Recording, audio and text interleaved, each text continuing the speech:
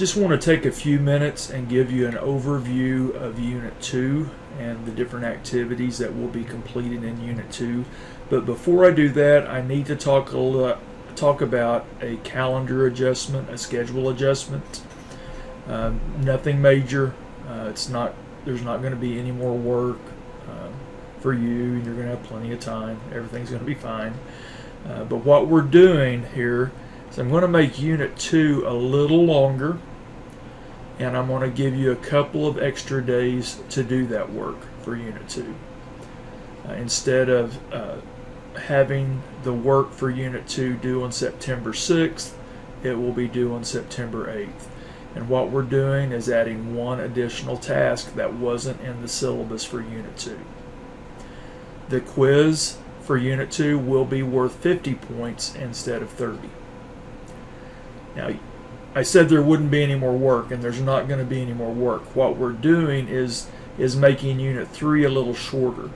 I've moved one of the activities from Unit 3 to Unit 2. So whereas Unit 2 will have one additional task, Unit 3 will have one fewer task.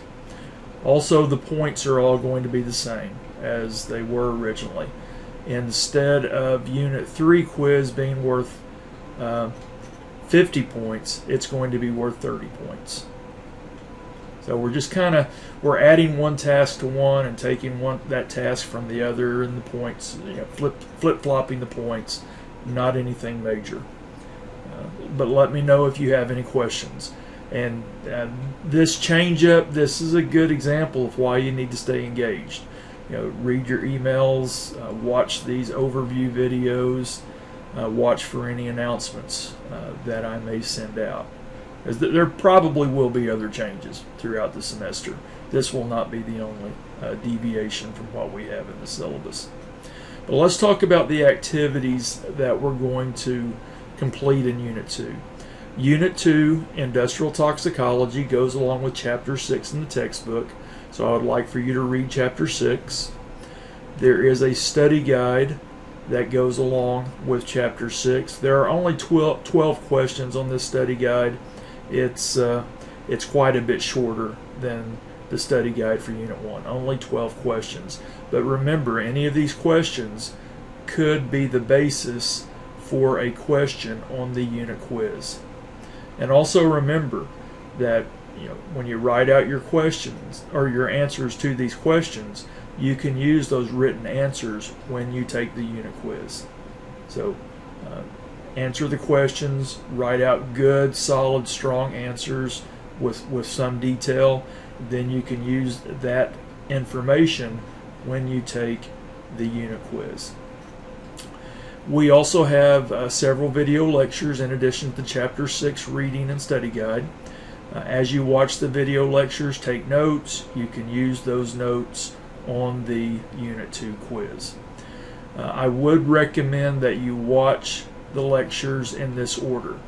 Industrial Toxicology Part 1, watch it first, followed by Part 2. Then watch the video on exposure limits, and then watch the video on information sources. There is one other video. It's a little bit different than the video lectures because it's a calculation tutorial. In this video, I'm going to show you how to calculate the time-weighted average and some other calculations related to the time-weighted average. I would recommend for the time-weighted average tutorial, you could watch it after you watch these first 4, but you could also watch it after you watch exposure limits. I would not watch this video and start working on the time-weighted average material until you've watched at least the first 3 videos, first 3 video lectures. But after you've watched the first 3 video lectures, you could go ahead and watch the time-weighted average tutorial. The link is in Blackboard. The links for all of this is in Blackboard. After you watch the time-weighted average tutorial, I need you to complete the time-weighted average practice problems. Any of those practice problems could show up on the unit quiz. So go ahead, do the practice problems, have your answers, and then when it's time to take the quiz, you will already have the problems worked out. Now, if you run into any problems while you're working on those practice exercises, let me know. Any problems during the practice problems, let me know. If you want to send me your work and let me look at it, that would be fine. One other assignment, this is a short assignment. I call it the information assignment. You need to watch video U2V4, the information sources video, before attempting this assignment. This assignment will have you using different information sources to answer questions. I want to talk about 3 information sources that I like to use and that I recommend you use in your work. So on the information assignment, there will be 3 questions that you'll need to answer. You'll answer one question with one of the information sources, one question with, or the other 2 questions with the other 2 information sources. The unit will culminate with your completion of the unit quiz, which will be worth 50 points. And let me just remind you that the unit quiz could include the questions from the information assignment. It could include the time-weighted average practice problems.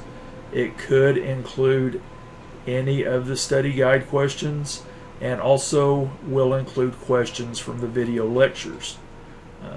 You can use your notes. You can use anything you want except another person. So if you prepare in advance and you have your study guide answers all written out, if you have notes from the lectures all written out, your time-weighted average practice problems, if that's all written out, and also the information assignment, if you have those answers written out. Oh, and by the way, the answer to these questions on the information assignment, each answer is like less than 2 words, 2 words or less. So they're not long drawn out questions for the information assignment, or long drawn out answers for the information assignment. So that's it. Let me know if you have any questions. I can't think of anything else at this moment. I haven't graded Unit 1 yet. The due date has not arrived yet for the Unit 1 assignments. As soon as that due date arrives, I'll start grading Unit 1 assignments. But do let me know if you have any questions, if you have any concerns, if I can do anything to help you.